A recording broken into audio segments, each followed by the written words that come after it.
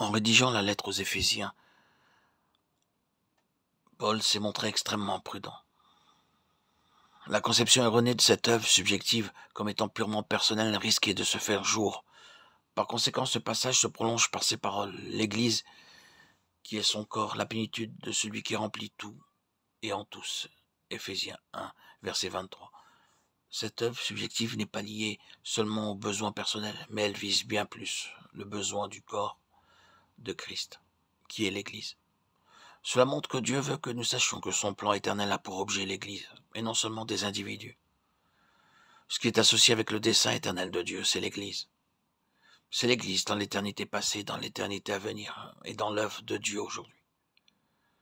C'est l'Église qui est prééminente, et non les individualismes. Sachons que lorsque cette puissance se manifeste en nous aujourd'hui, c'est pour l'Église qu'elle se manifeste, et non pas pour nous-mêmes en premier lieu. Dieu veut que l'Église bénéficie de cette puissance, et non pas uniquement des individus.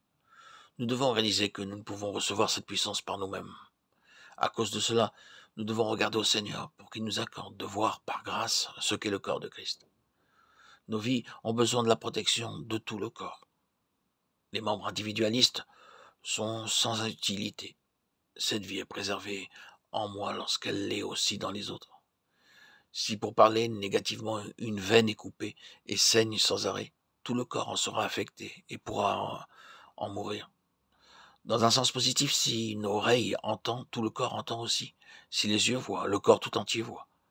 Ce que reçoit un membre, tous les autres membres l'ont également. C'est pourquoi nous devons apprendre à vivre dans le corps. Apprenons à ne pas penser que nous avons une position plus élevée que les autres. Apprenons à estimer l'Église et apprenons à marcher avec tous les enfants de Dieu. Si nous le faisons, nous expérimentons que le corps est l'instrument pour préserver la vie. Paul a déclaré l'Église qui est son corps, la plénitude de celui qui remplit tout en tous. L'infinie grandeur de cette puissance est l'expérience de ceux qui savent ce qu'est l'Église. Ceux qui ne voient pas l'Église et qui n'ont pas renoncé à eux-mêmes ne pourront pas expérimenter cette grande puissance. Pour cette raison, lorsque nous parlons de l'œuvre subjective de Dieu en nous, nous devons considérer que l'Église est une entité et non pas un ensemble d'individualités.